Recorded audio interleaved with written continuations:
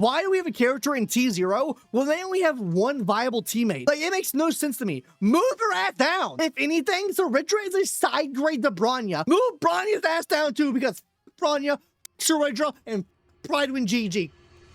Your new free Don Heng is here, guys. The new Prydwen tier list is out, and I'm sure it's as copious as ever because they just can't seem to get it right. Anyways, guys, in today's video, we're going to be going over the full Prydwen tier today, see what they're moving up, see what they're moving down. This is going to be focusing mostly on Apocalyptic Shadow. We haven't got an update for Memory Chaos. We'll get that, I believe, at the end of the week, or maybe at the end of this week.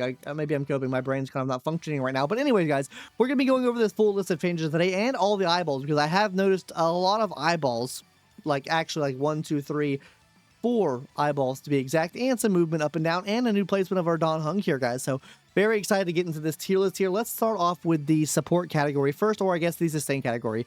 Now, with the sustain category, I'm going to say something that maybe is a bit controversial, and I want to see what review actually Prydwen did give this character before I go in here. Now, I'm going to still give you my fullest review, but I want to see what the cons are here and the pros are. Con number 1, light cone options are lacking. Doesn't provide much value for non-attack based DPS. Can't provide as much offensive value outside of hypercarry comps. Okay, excellent shielding sustain. Passively maintains strong shields. Provides strong buffs to attack scalers. Provides a rare damage multiplier increase for bondmate. Can provide allies synergy with summon based tank the bondmate. Okay, cool. And then great SP and energy economy. Completely free at launch. Good vertical investment. I would not say that. And makes Sunday even stronger support. Sure, I think that's okay arguments to make. I don't think he has the best vertical investment. Genuinely, I think his vertical investment is actually quite weak. Just because of the fact it only really applies to one enemy. I guess in hypercarry comps that doesn't matter too much, but I feel like the buff for his E1 specifically could be better in terms of this vertical investment. I feel like you actually need to push up to E2 to make him a lot more viable and make him a lot more sustainable. Really, E6 is the margin you want to hit here, and then his light cone as well is definitely something you want to know. I feel like that's the best vertical investment you could make with him. Now, with that being said, do I think that he should be up here in tier 0? I don't know. I personally have been running into a bit of issues with him. Maybe it's because of the build. Now, his attack for me is not 4,000. I don't know what's their recommended attack here. I'm curious to see what their recommended attack is. Mine's around 3,100 attack, and I'm curious to see what they have on his build for his attack here to see if mine's maybe in line with what they would recommend here. Yeah, so mine's definitely in line with this here. So why does mine feel so bad? Why do the shields feel like they're dying quite quickly? I don't know what the reason is here. Now, would I say he's as good as Hyacinth? No, because I feel like the meta right now is very dependent and structured around HP healing, so I would not be putting him up here at tier 0 right now. I just don't think that's you can really throw him up there because, I mean, he gives an attack buff, which is okay, helps out summon-based characters, but summon-based characters overall are really not doing too hot in the current meta, so for that reason, I'll be moving him down here. Secondly to that as well, guys, he gives an attack buff, which is pretty niche in the grand scheme of things. Like, it's not the best buff in the world, and it doesn't help out non-attacks healing people, so for that, I think the crit damage DD buff you're putting on the enemy is a lot better for all-around people. And then in terms of shield, it really depends on how many times you're getting attacked or how many times you're doing attacks, so it's very dependent on, I guess, you know, his shields are very dependent on the team you're running him on, versus his shields are very dependent on the enemy you're working with, so I would say his shields are probably easier to get because you're able to control it more with the teams you're putting him in. Now, with that being said, I do think he moves down here because I do think that I think Hyacinth is just the queen above all right now. Until they add more characters and enemies in the game that are more structured around like having shield on you and like using that shield to its advantage, then he's just going to move down here until that becomes more prevalent, okay? So with HP being more prevalent right now, we're actually going to be moving him down. And then honestly, I'd probably be moving Miss Hua Hua up. And the reason I'm moving Miss Hua Hua up is because of the fact she provides energy. A lot of people are very energy dependent. If we think about people that are energy dependent, I'm thinking of characters like Anaxa. Works really good there. Not to say that's Dragon and he doesn't. I say the extra energy helps him out a lot. I'd say characters like Archer take really good use of that. I'd say characters like Aglia. I'd say characters like Hyacinth here. I'd say characters like the Herta here. I'd say characters like Saber here. All these characters can take really good use of that. Not to say they can't work with Danny. I would say overall, if we're talking about best in slot for Danny, we're talking probably this right here, and then you obviously, I think that, you know, Hyacinth or Hua Hua could work well there, but look at the options here compared to the other options. Not to say it's bad. I'm just saying that she's second best, and I would say most of these scenarios compared to someone like a Hua Hua. Anyways, guys, let's move on here to the next little point here. Okay, Lingsha being up here is fine. I think him being up here is fine. Aventurine, I think Gallagher up here is being completely fine as well. Now let's move on the list here. Now this moves down one. Nope. Well, I guess healing is more prevalent, but even with healing being more prevalent, you have a completely free-to-play option in Mr. Gallagher here. I think that kind of makes Luocha irrelevant in the grand scheme of things, and I think that you probably do get more value out of Fu Xuan, and the reason I say that is because she doesn't provide shield, which means you're able to still take damage, which means if you were to throw her on a team with, let's say, Castris here, really any HP scaling DPS, she can still kind of work on those teams with providing great bonuses. Not to say it's the best thing in the world, but if that's the only option you had, maybe you lost your 50-50 and you got this, then I still think it could work over someone like a shielder on the team, right? But I still think overall you should probably be building up Danny because he's just overall better sustained character, and you get two really good ones for basically free, which is Gallagher and him, and then you can pull a third one, right? And then the rest of this category here is completely fine by me. Now, hopping into the support category, dude, I just don't understand Pride. You have the partner plus plus tag. I hate the partner plus plus tag so much because I feel like they just misuse it all the time. Partner plus plus.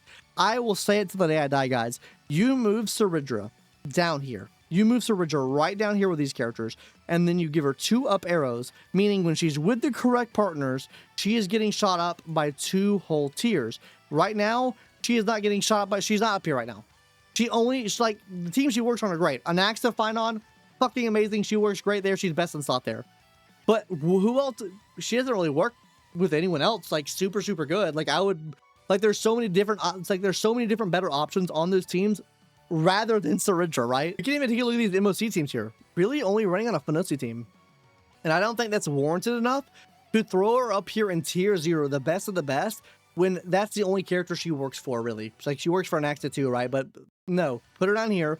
Partner plus plus, she moves up 2 tiers when paired up with Finon. Outside of that, then she's going to be down here in tier 1. That's my opinion on it. You get mad if you want to get mad. With that also being said, guys, I think you also move Bronya down the same tier. I think that if anything, in most situations, Bronya is a side load to Saridra here, genuinely. So I'd be moving her down too. In terms of the other characters here, I think that Sunday, Remembrance MC, and also Tribby here, who outscale what both Robin and Ruan may be able to do. So for that being said, I'm moving them down to tier 0.5. I think they're much more in line with these characters here in terms of what they can do for the team or provide support for the team. I think that honestly, Sunday, Remembrance MC, and Tribby are on a completely different level. And I've been saying this all along, guys. Please, God, for the love of God, move Cypher over here. She doesn't deserve to be in the support category. Move her over here and support DPS. That is what she is. Like, I'm glad we moved Tribby over here, but move Cypher over to the other side because that is where she belongs. And if she belongs on this side, guys, she definitely belongs probably in tier 0.5 where I have this arrow pointing to right now. And that's all the real remarks I have to make there. Now, if we're talking in terms of the rest of this tier list here, guys, I'm gonna be honest with you. I feel like Ting Yun's been feeling worse and worse and worse to me. I'm moving Ting Yun down to tier 1.5 here, guys. I think she's okay. I think she can still work. I think she's on the same viability level that Palo's on, honestly. As for everyone else here, though, I can pretty much agree with this. These are the main changes I wanted to make here. Maybe you can consider moving Fugue down, even though I do think that Fugue is better than Harmony MC. If anything here, guys, we'll put this in blue just as a my thought process. You move him down or her down, depending on what MC you picked, and then you move her down as well, potentially, just because of the fact that I think that she is better than what, you know, your MC is. But Break's not really doing that well right now. Now hopping into our support DPS category, guys, starting off here at the top. Okay, so you have Anaxa, we have Kafka, and then we have Evernight here. I actually want to see what the numbers look like here for teams being utilized, cycle clears, and everything like that for this. So the character usage rate, obviously Castor is being up here at number 1. I want to see, Evernight being up here as well. So this is probably Evernight on a sub DPS or support DPS if I had to guess, right? Let's see here in terms of the specialist. Yeah, she's at the top. So I don't know why they're necessarily giving her that eyeball there. Let's kind of see why they're giving her that eyeball there. March 7th, Watchline has produced some strong scores solo alongside with other teammates, but similar to Hyson and Dots, that has a strong boost shielding. Yeah, we expect Evernight to move up next update, but are taking one more phase together. I think if we're grading Evernight off of this current update, I think she moves up. I think she's absolutely amazing for this current Apocalyptic Shadow, and I think she'll probably stay up here considering how strong Castris is and how strong Castris has been over multiple updates. So as a support DPS, I can completely see her getting moved over to this side here. As for Kafka, I think Kafka getting moved up is completely fine. And honestly, guys, I wouldn't be putting Hysolence up here in the main DPS category. I would say honestly, all of the dot characters feel like support DPS to me. Like, they all support each other. I wouldn't say there's like one main DPS in the bunch because they all kind of support each other in one way, shape, or form. Without Kafka on the team, then you're not doing big damage numbers with Hysolence. Without the Hysolence on the team, you're not able to reproc those high dot numbers that she's able to put out. Same thing with Black Swan as well. So, like, I think they're all support DPS. Maybe that's a weird take to have, or maybe, I don't know. You guys let me know in the comment section down below, but I would probably be moving Hysolence over to the support DPS category instead of having her in main DPS and keeping her on par with what Kafka currently is. Hopping down here, guys. Yo, Black Swan got moved up. We can agree with that. I think that's fine. Now, as for the other guys here, yo, no, I think that, yeah, no, I think that March 7th moves down. I don't think that March 7th is on par with what Topaz is able to do, so we're moving her down for that reason. But that's all that I have to mention now in terms of support DPS. Let's hop into main DPS. For this Apocalyptic Shadow, let's take a look at the numbers here, right? Damage dealer, average usage rate, average score. Okay, so he should be at the top. Finon should be at the top. Damage dealer, this should be at the top as well. Anaxa, creeping close, very, very close, actually, to the score of Miss Saber here. I'm gonna make a hot take here then. I think this character, and this character all group up, stay in tier 0. With his score honestly being so close to what Saber's score is, solo DPS, I genuinely think that we move him down. I think we move him down for this Apocalyptic Shadow phase. Yeah, I think we do. Where is Herta at? Is a 3358 on an average score? 3358. It's not that low underneath these guys here. Maybe 50 under Anaxa. I don't know if it's a full tier under Anaxa, considering you probably are running both of them on the same team together. Main DPS Anaxa, though, compared, I don't know. It's hard to say. So either you move him down here or you move Saber up. I think that's the only two options you really have there, in my opinion. Fei Xiao, where's Fei Xiao looking like right now? 3358, so better there. Aglia, okay, let's see where the threshold's at, actually. Let me see where the threshold's at right here. So we have My Day down this tier, and then we have Aglia here. Where's Aglia at? Is Aglia below My Day? Yeah, okay, that's what I thought. Okay, yeah. So that's reason enough for me to move Aglia down. Fuck Aglia, get her ass down here, bro. Fuck that shit. Move her ass fucking down here, bro. Actually, maybe works with everyone. I don't know. I don't fucking care, bro. Move her ass down here, bro. I think her and My Day at the same level. If we're gonna take the break DPS into account here, both Boot Hill and Firefly move their ass down here. Fuck that, they're going to tier 1.5. And with that being said as well, guys, move fucking Rappa down here to tier 2. I think Rappa's an abomination, especially for pure fiction, guys. You really need S1. Wait, they're scaling with signature icons now, right? Before I get this misconstrued, okay, I just want to make sure they are considering signature light cones here. Even with that being said, you know what? Yeah, with her signature light cone, I think they're probably same level. Yeah, I think with her signature light cone, they're probably same level. I'm going to keep her down in the same tier as now with both these characters here, guys.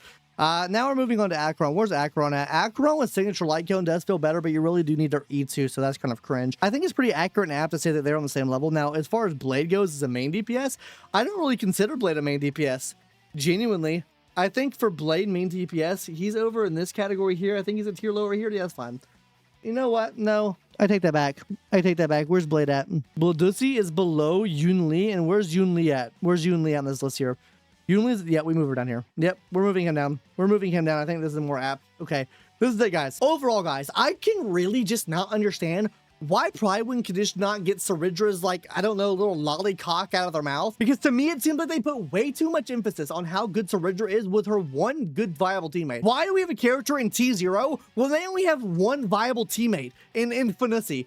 Like, it makes no sense to me. Move her ass down. It makes no sense. She works with no one else on that same level, or even close to that level. If anything, Saridra is a side grade to Bronya, and that needs to be shown. Move Bronya's ass down too, because fuck Bronya, fuck Saridra, and fuck Prydwen GG. Fuck. And that's our clip farm and clickbait for the video, guys. Hopefully you enjoyed. I'll see you in the next one, guys. Kind of cringe, kind of copium. Let me know your thoughts in the comment section down below. Leave a like, leave a comment, leave a dislike, leave a comment, and subscribe to the channel. Let's boost engagement to the moon so we can have more copium people in the comment section. I'd love to see that. Anyways, guys, that's going to do it for today's video. So I hope to see you in the next one. Later, guys. Bye-bye.